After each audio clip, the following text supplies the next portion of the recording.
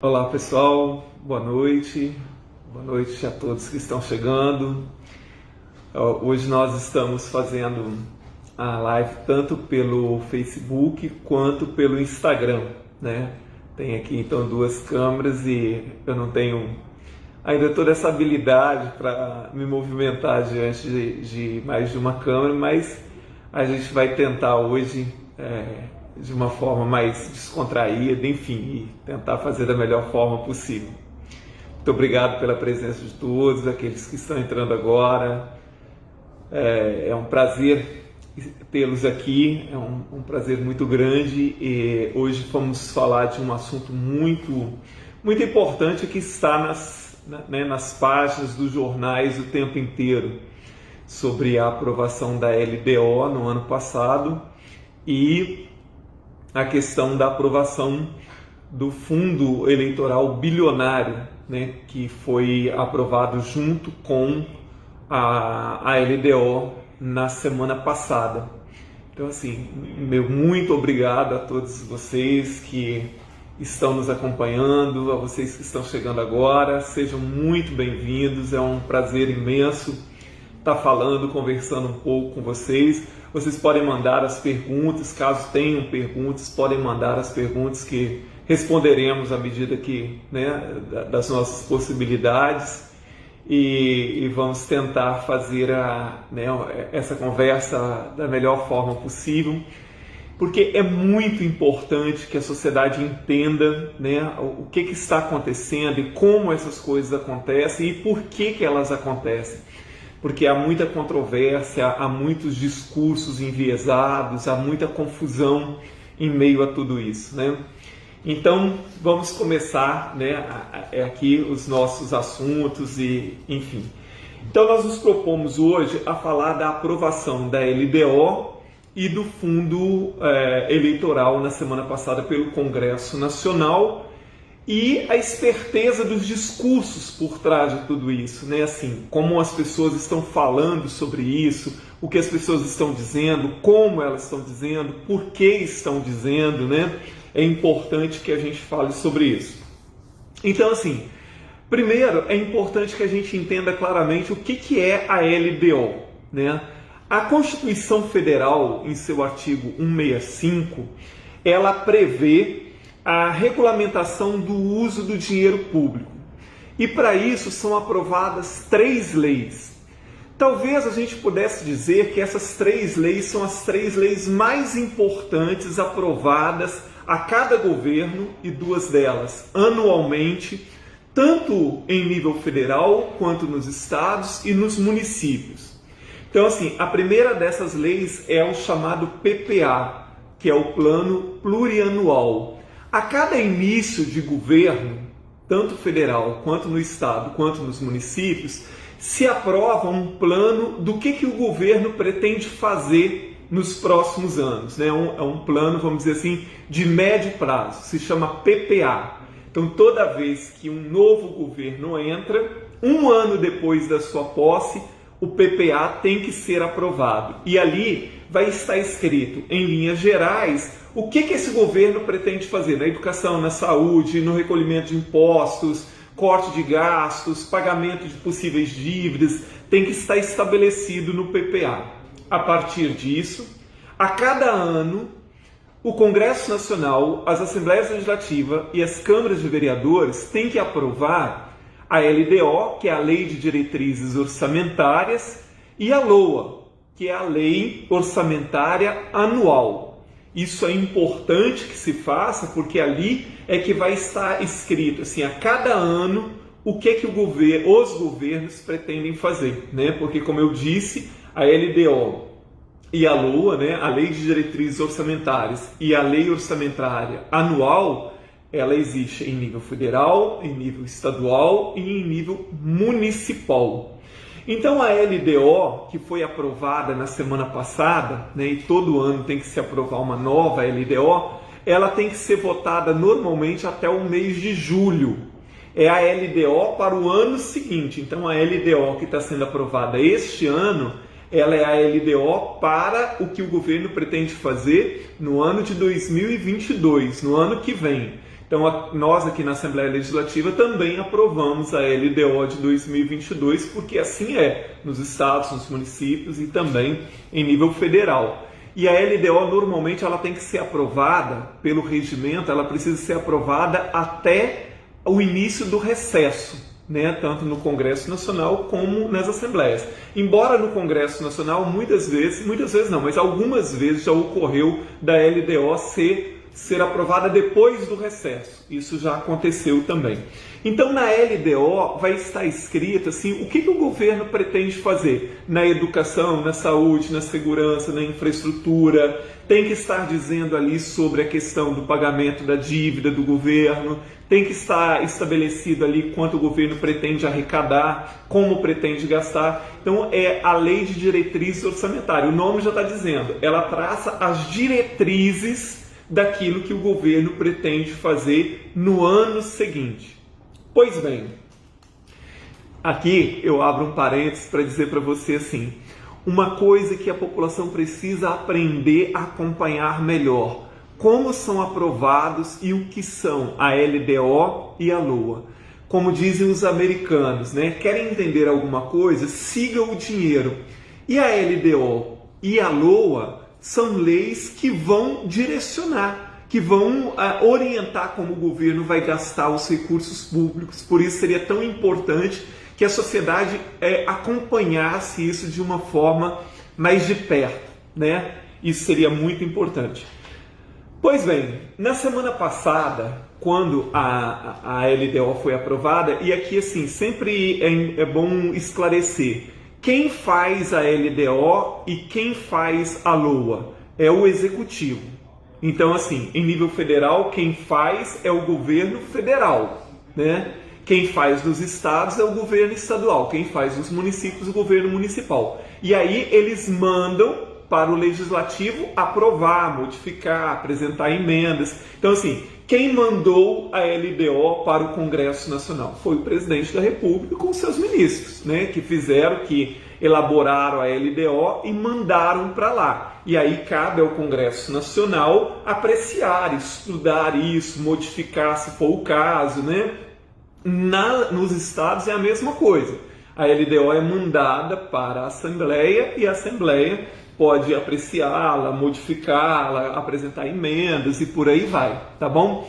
Então, assim, e aí? E a questão do fundo eleitoral que foi aprovado, o que tem a ver com isso? Assim, primeiro, uma questão que é importante explicar. Como é que se dá o financiamento de campanha no Brasil? No Brasil, as campanhas eleitorais, elas têm três origens. O financiamento público, através do chamado fundo eleitoral e do fundo partidário. O financiamento privado, um candidato pode receber de uma outra pessoa, mas assim, no caso do privado, só pessoa física. Está proibido, já desde 2016, está proibido financiamento privado jurídico, ou seja, empresas não podem financiar campanhas. Apenas, assim, o fundo privado de uma campanha tem que vir de pessoas físicas, certo? E pode haver o autofinanciamento. Um candidato ele pode se autofinanciar, ele pode doar para a sua própria campanha, né? Então, assim, as campanhas, como elas são financiadas, ainda isso precisa ser muito debatido e discutido. Porque no Brasil, até 2016, empresas poderiam doar para campanhas. Qual era a polêmica que existia em relação a isso? Se dizia que as empresas financiavam e que, na verdade, elas estavam fazendo um investimento. Elas financiavam, sobretudo, né, prefeitos, governadores, presidentes, mas também deputados, vereadores, para que depois eles trabalhassem pelos interesses dessas empresas. Então, se achou que se a gente acabasse com o financiamento das empresas, então não haveria esse atrelamento no sentido de que políticos continuassem sempre trabalhando em favor de empresas porque, de certa forma, eles foram comprados através do financiamento de campanha. E é interessante, se você notar, e isso acontecia mesmo, Se você notar, assim, se você fizer uma pesquisa, por exemplo, grandes empresas brasileiras, quando chegava uma campanha para governador e para presidente principalmente, muitas vezes elas doavam para todos os candidatos que tinham chance. Então eu me lembro da eleição de 2014, grandes empresas fizeram doação para Dilma, para o Aécio, mas fizeram para a Marina também. Então assim, a tendência é que uma empresa doasse, por exemplo, às vezes para o candidato com mais chance ela doava 1 milhão. Para o candidato que tinha também uma chance ali, ela doava 400, 500 mil. E para um candidato com uma chance muito remota, ela doava 150, 200 mil. De tal forma que quem fosse para o segundo turno ou quem ganhasse, de alguma forma, lhe devia favor. Então, assim, se achou que acabar com o financiamento privado de empresas poderia gerar uma coisa boa para a política brasileira. E hoje há dúvida se isso aconteceu ou não, porque obviamente as empresas encontram outras formas. Continua havendo Caixa 2 no Brasil. A questão, por exemplo, vamos imaginar que eu tenho uma grande empresa. A minha empresa não pode doar, mas eu, pessoa física, eu posso. Com meu CPF eu posso. E eu posso doar quanto? Tem limite para isso. É 10% relativo à minha última declaração de imposto de renda. Então vamos imaginar que eu seja um milionário, né? E eu quiser doar muito dinheiro para um candidato. Eu vou poder doar também. Então assim, não se limitou tanto quanto se imagina, né? E eu mesmo posso me autofinanciar. Então, por exemplo, se eu for um candidato muito rico, eu posso doar até 10% da minha última declaração de imposto de renda, e isso pode ser muita coisa. Se você lembrar da última campanha para presidente, o Meirelles foi candidato a presidente e ele se autofinanciou. Como ele é um banqueiro muito rico, então, por exemplo, ele doou milhões para sua própria campanha. Eu me lembro de uma vez ter visto uma prestação de conta parcial dele, ele havia doado mais de 60 milhões para a campanha dele mesmo, de dinheiro dele. Então, assim, nesse nível, pode ocorrer também do jeito que as campanhas são financiadas hoje, os candidatos que têm pouco dinheiro, são pouco conhecidos e que eventualmente são bons candidatos, eles ficam sempre em pé de desigualdade com os candidatos mais ricos e aqueles que têm a possibilidade de ser financiados por pessoas ricas também. Então essa questão do financiamento de campanha, quando acabou o financiamento das empresas, o que os políticos fizeram? Eles pensaram assim, olha, agora nós vamos precisar de dinheiro vindo de outro lugar. E aí em 2017, há pouco tempo, foi criado o Fundo Eleitoral. Na verdade é chamado de Fundo Eleitoral de Financiamento de Campanha. Foi criado em 2017. Então, assim, o que as pessoas pensaram? Olha, agora nós precisamos tirar dinheiro de outro lugar, não vai ter dinheiro das empresas. E se criou um fundo bilionário, na verdade, para financiar a campanha. Se achava, antigamente, se a gente tivesse campanhas financiadas exclusivamente pelo dinheiro público, isso seria bom porque os partidos, então, receberiam mais ou menos a mesma quantidade de dinheiro e acabaria com a desigualdade entre partidos mais pobres, partidos mais ricos, candidatos mais pobres, candidatos mais ricos, mas isso não aconteceu. Os partidos recebem esse dinheiro de acordo com seus tamanhos. Então, assim, quanto maior for um partido, mais direito ao fundo eleitoral ele tem. Quanto menor é o dinheiro que ele tem direito do fundo eleitoral. E aí, assim, e esse dinheiro, por exemplo, o partido então hoje que mais recebe é o PT. O segundo é o PSL. Por quê? São os dois partidos que têm a maior bancada na Câmara Federal. E o que faz com que um partido seja considerado grande, pequeno, médio, é o número de deputados federais e de senadores que esse partido tem. Então, como o PT e o PSL são os dois partidos com as maiores bancadas, são os dois partidos que mais têm direito a esse fundo eleitoral, assim como são os dois partidos que têm mais direito a tempo de televisão, porque isso também delimita, o tamanho do partido também delimita quanto tempo os partidos têm na televisão na época de campanha. Tá, e uma vez que esse dinheiro chega nos partidos, na época de campanha, esse dinheiro é distribuído igualmente entre os candidatos? Também não. Os partidos distribuem esse dinheiro como bem querem. Então, normalmente, a maior parte desse dinheiro vai para as candidaturas majoritárias, ou prefeito, ou governador, ou presidente, depois para deputado federal, depois para deputado estadual. E isso é distribuído como o partido quer. Então, aqueles candidatos que têm mais chance, ou aqueles candidatos que têm mais influência, os que são, né, donos do partido, vão receber muito mais e outros não vão receber quase nada. Assim, na época da eleição para prefeito e vereador é a mesma coisa, né? Então, assim, a gente está longe de encontrar uma solução para essa questão da campanha eleitoral. Agora, uma coisa é certa, não é possível que se tire tanto dinheiro público como está se prevendo agora para esta finalidade. Tá, mas o que aconteceu na semana passada?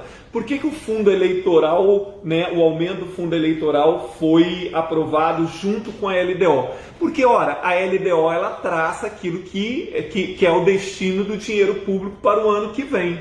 Então tem que estar marcado ali, que tinha que vir na LDO sobre um possível aumento ou não deste fundo. E assim, tá, mas a LDO, eu falei, né, que a LDO ela é elaborada pelo governo federal, no caso do estado, pelos governos estaduais e assim por diante. Então, assim, foi o presidente da República que estipulou esse valor? Não, não foi. Não foi. Esse valor foi estipulado lá na Câmara dos Deputados. Então o relator, porque aí assim, quando chega na Câmara, isso vai passar, vai tramitar na comissão mista, né, de orçamento e tal, que vai poder fazer emenda ou não, etc. E foi na análise dessa comissão, cujo relator foi um deputado chamado Juscelino Filho, do DEM do Maranhão, foi ele que colocou isso na LDO. Aí as pessoas vão dizer assim, mas ele colocou sozinho, ninguém sabia? Claro que não, pessoal. Não existem inocentes na Câmara Federal, como não existem inocentes aqui na Assembleia Legislativa. Então ele colocou, obviamente, como muitos jornais publicaram, depois de fazer um acerto com a maioria dos líderes partidários, uma semana antes da LDO ser votada. Então, assim, ninguém foi pego de surpresa. Dizer que uma pessoa votou a favor da LDO e não sabia que ali estava prevendo os 5,7 bilhões para a questão do fundo eleitoral é uma bobagem. Todo mundo sabia disso, claramente, né? Mas, assim, por que alguns partidos votaram contra? Alguns partidos, como o Novo, o Cidadania e o Podemos, eles fecharam questão de votar contra a LDO porque eles entenderam que esse aumento do fundo era exagerado. Tá, mas outros partidos também votaram contra, como o PT e o PCdoB. Só que no caso do PT e do PCdoB, eles votaram contra, muito mais votando contra toda a LDO, por questões maiores da LDO, do que efetivamente por essa questão do fundo partidário, né? E alguns deputados, obviamente, mesmo que os seus partidos tenham orientado votar a favor, eles votaram contra. Aí a gente tem que ter cuidado para, assim, olha, houve um casuísmo aí, né? Algumas pessoas podem ter votado contra porque sabiam que ia aprovar de qualquer forma, enfim, tem todas essas coisas que a gente precisaria analisar um pouquinho mais profundamente. Pois bem, mas você que acompanhou isso mais de perto, talvez esteja pensando assim, olha só, mas não teve um acordo lá de que ia votar LDO, mas depois se votaria um destaque com emendas para apreciar especificamente o fundo eleitoral. Tudo isso não passou, na verdade, de conversa para boi dormir. Por quê? Porque, assim, claro, alguns partidos e deputados apresentaram destaque. O que é um destaque? É uma emenda para ser votada em separado. Então, assim, foi votado a LDO, está aprovada. Só que agora nós vamos apreciar uma emenda específica sobre o fundo eleitoral. Mas já foi aprovado. Mas se essa emenda for aprovada como destaque, esse item da LDO pode ser modificado. Então, partidos apresentaram, né? O Novo, se eu não me engano, foi o partido que apresentou o principal destaque para impedir o aumento do fundo eleitoral. Só que aí, assim, para que um destaque seja votado, é preciso a anuência do plenário.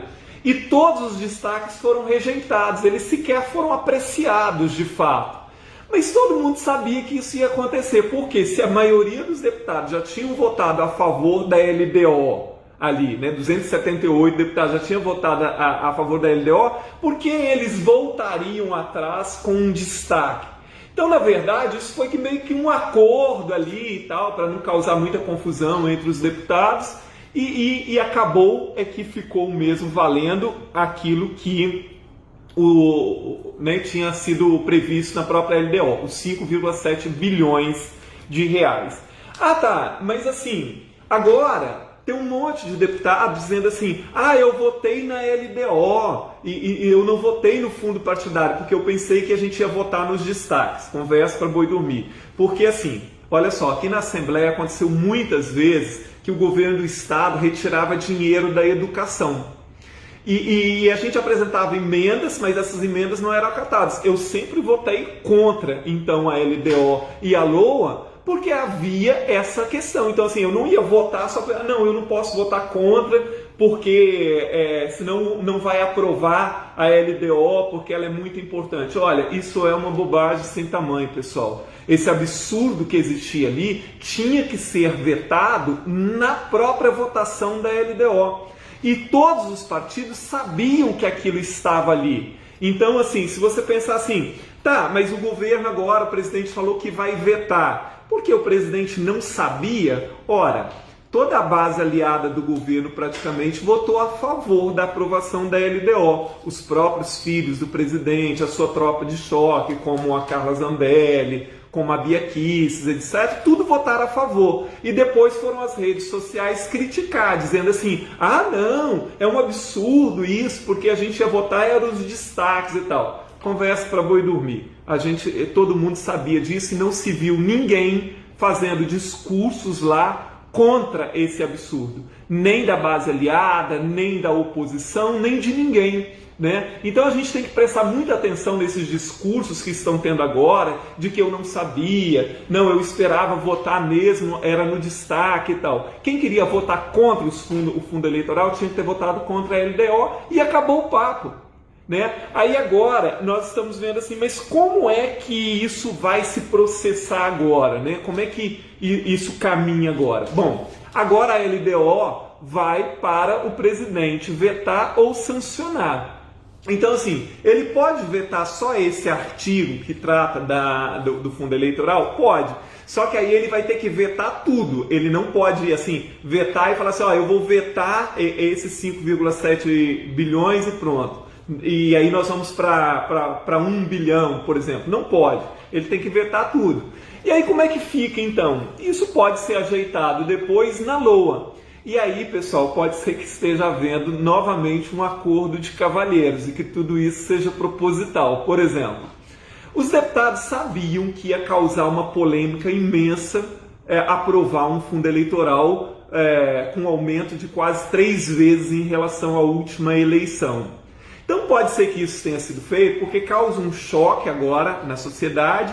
Depois eles reduzem isso lá, quando vier a LOA, eles reduzem, ao invés de 5,7, reduzem para 4, para 3,5, e fica parecendo que eles, tá vendo, olha, eles estão nos atendendo, a sociedade pressionou e agora eles estão nos atendendo e tal. E aí fica bom para todo mundo. O presidente sai bem na fita porque ele veta, né? Depois isso é reduzido para 3,5, 4 e tal, e aí fica parecendo que o Congresso, né, a maioria dos deputados, né, ali está sendo, de certa forma, consciente, porque estão, né, reduzindo esse fundo, e acaba ficando tudo bem. Pessoal, olha só, não há inocentes nessa história, e nada disso é por um acaso. E nada disso pode ser dito que alguém foi pego de surpresa, seja o presidente, seja os deputados, seja os senadores, etc. Todo mundo sabia que isso estava lá na LOA e de quanto era isso. A prova maior de que todo mundo sabia, como eu disse, né? Os próprios filhos do presidente votaram a favor, depois foram as redes sociais para falar mal. Ora, Que parlamentares nós temos, então, que não prestaram atenção no que estavam votando efetivamente, né? E não havia problema nenhum em votar contra a LDO, porque se você vota contra, ali mesmo poderia se fazer um novo relatório e pôr para votar naquele mesmo dia até. Então, dizer, olha, derrubamos a LDO, então agora vamos fazer um novo relatório e vamos pôr para votar, né, na sequência, né? Então é muito importante que a gente entenda claramente todas essas espertezas que estão ocorrendo e como tudo isso pode no final parecer que alguém foi herói porque vetou, porque reduziu, etc. Porque essas coisas todas podem estar ocorrendo justamente de forma proposital. Aqui tem algumas pessoas com algumas contribuições já. Pois é, sobre o intérprete de Libras, a gente tem que tentar conseguir, ver se a gente consegue fazer isso, porque, como eu disse, eu estou fazendo essas lives de forma amadora, e eu não sei como eu poderia conseguir isso, mas eu vou tentar, eu prometo que vou tentar, seria muito importante, inclusive. A Andréia está dizendo que está com saudade da época que eu dava aula de geografia. Obrigado, eu também tenho saudades. A Oliveira Castro, precisamos iniciar a formação política desde os anos iniciais em nossas escolas. Eu também acho. Assim, hoje se fala muito sobre essa questão de que acusa as escolas de serem partidárias e tal. Não é uma questão de ser partidário, é uma questão da gente ensinar realmente muitas coisas, né, sobre como acompanhar melhor como se gasta o nosso dinheiro, como se faz as leis, como se faz a representatividade, desde os mais tenros, desde a mais tenra idade. Esse fundão poderia estar na LDO, isso foi estratégia dos deputados federais. Acho justo o autofinanciamento. Se eu quero me candidatar, financia a minha própria campanha. Olha só, a previsão tinha que estar na LDO. A previsão tinha que estar, porque se isso é dinheiro que vai sair de recurso público, tem que estar alinhavado na LDO, né? Porque é uma diretriz, então precisava estar alinhavado ali. O valor, talvez, não necessariamente, né? Se isso foi estratégia dos deputados federais. Acho justo o autofinanciamento. Se eu quero me candidatar, financia a minha própria campanha. Em tese, o autofinanciamento ele parece muito justo, mas ele pode se tornar desigual. Por exemplo, as campanhas podem ser muito caras, então quem tem muito dinheiro pode levar muita vantagem em relação a quem não tem dinheiro nenhum. Então, como por exemplo um professor, um profissional qualquer que quiser se candidatar, como é que ele vai se autofinanciar, né? Da onde ele vai tirar esse dinheiro? Então, essas questões precisariam ser repensadas. E outra coisa, pessoal, aqui vale uma outra observação. Por que se precisa tanto dinheiro para a campanha? Eu sempre penso que é assim, tipo filme, por exemplo, bons filmes, boas produções, né, cinematográficas para ter um ar de realidade, né, para você embarcar naquele filme e ver uma realidade naquilo, ele tem que ser muito bem produzido. E aí os bons filmes são muito caros normalmente.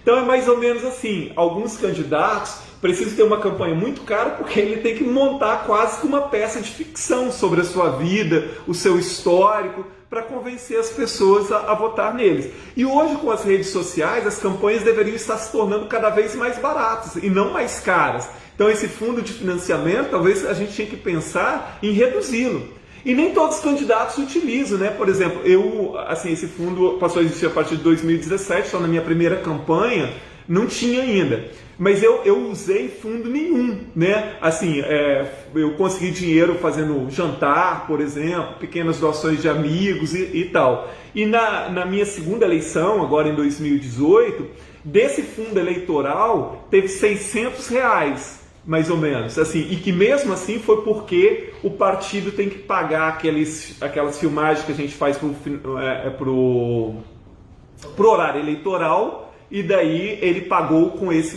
esse dinheiro, né? Mas assim, tem que ter, né? A gente precisa pensar em outras formas.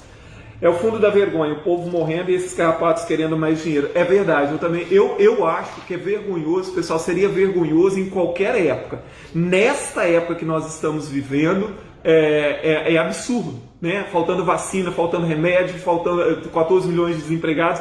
E outra coisa, assim, eu acho que assim, agora vai haver uma estratégia, vocês podem ver que vai acontecer isso, né? Não vai ser 5,7, vão querer baixar isso para 4, para 3,5, que é absurdo da mesma forma. Não deveria ser maior do que foi na eleição passada. Aliás, poderia se pensar até em diminuir em relação à eleição passada. O Farm está dizendo que, mas se você vai aceitar o dinheiro de partido para fazer sua campanha, olha só, eu nunca aceitei. Assim, as minhas campanhas sempre foram feitas de uma forma muito, vamos dizer assim, independente, né? Tanto que as minhas duas campanhas foram baratíssimas se comparada ao que se gasta. Por exemplo, teve deputados aqui no estado que até nem se elegeram, que gastaram 600, 700 mil reais, com grande parte desse dinheiro vindo desse fundo eleitoral. Então, assim, quanto foi desse fundo que está na minha prestação de conta? 600, 700 reais aproximadamente, né? Então, assim, eu não pretendo utilizar, a menos que não existir uma outra possibilidade, mas e se utilizar a menor quantidade possível, certo? Pode ser legal, mas é imoral, com certeza. A Ingrid está dizendo que é muito esclarecedor. Obrigado, Ingrid. Se em cada partido houvesse 3 majestas, as casas de lei seriam mais sérias e claras. Obrigado, Grazi, obrigado mesmo. O Bidu, infelizmente tem panela de corrupção, por isso o Brasil não é um país de primeiro mundo. Com certeza, tem isso ainda, né? Nerlito diz aqui que é uma vergonha essa aprovação de quase 6 bilhões.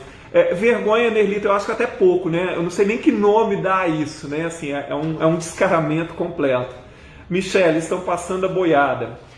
O Roberto diz, em suma, é tudo teatro, o povo não suporta mais pilantras. A Tânia diz, o presidente vai apoiar esse aumento. Ele disse hoje que vai vetar. Agora sim, vai vetar, mas ele sabia disso de antemão, porque uma questão assim, por que o governo federal, o presidente não trabalhou na Câmara, já desde que ele tem maioria lá, para que não fosse aprovado? Porque ele tem uma tropa de choque lá, os seus próprios filhos e tal, então ele poderia ter trabalhado na própria Câmara para que não fosse aprovado, né? Isso poderia ter sido feito, que é o que acontece em todos os governos. Aqui na Assembleia, por exemplo, quando o governador trabalha para alguma coisa não ser aprovada ou ser aprovada, não é, porque ele tem maioria, e lá na Câmara não é diferente.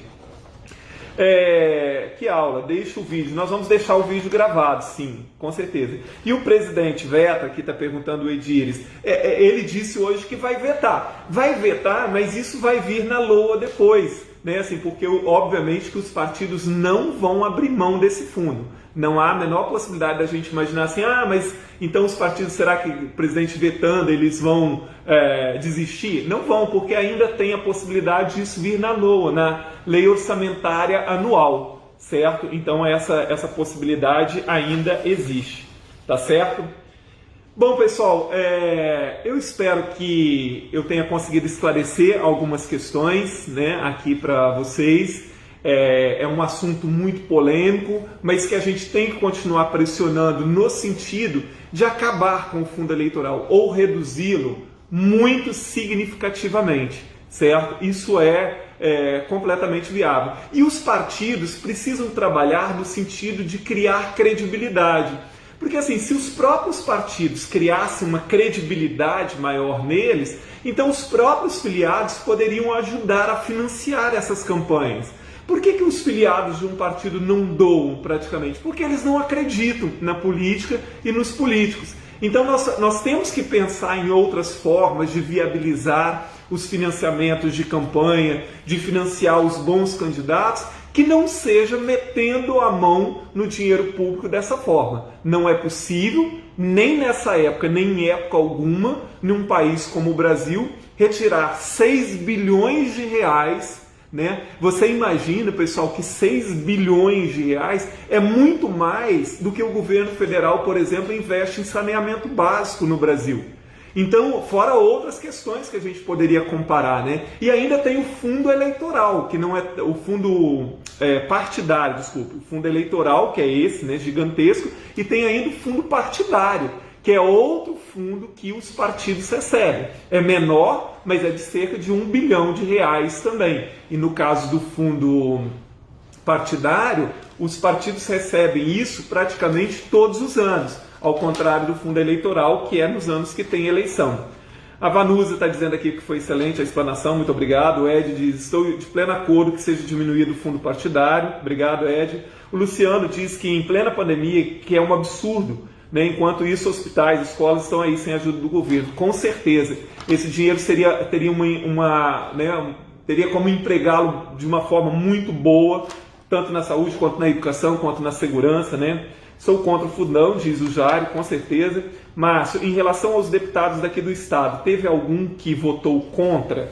Aqui no Espírito Santo, pessoal, assim, dos três senadores, 2 votaram contra, e dos 10 deputados federais, apenas 3 votaram contra, certo? Mas isso tem, assim, eu não quero mencionar nomes, porque pode parecer questões, né, de politicagem, mas em todos, assim, só se você procurar no Google, nas redes sociais, que você vai encontrar o nome de quem votou a favor e de quem votou contra, ok? Pessoal, nós vamos terminando por aqui, então, assim, agradeço a todos vocês que nos acompanharam, tanto pelo Facebook quanto pelo Instagram, certo? É um assunto que ainda a gente precisa aprofundar muito, mas a população tem que aprender a acompanhar melhor a LDO, a LOA, né, o PPA, porque essas são peças difíceis de serem compreendidas, até nós, deputados, muitas vezes nós temos dificuldade de acompanhar, mas a gente tem que se esforçar para isso, porque se os políticos não se sentirem pressionados, obviamente que absurdos como esse serão feitos e refeitos permanentemente, ok? Muito obrigado pela participação de todos, uma boa noite, obrigado. Se gostaram, compartilhe depois, nós vamos deixar gravado esses vídeos.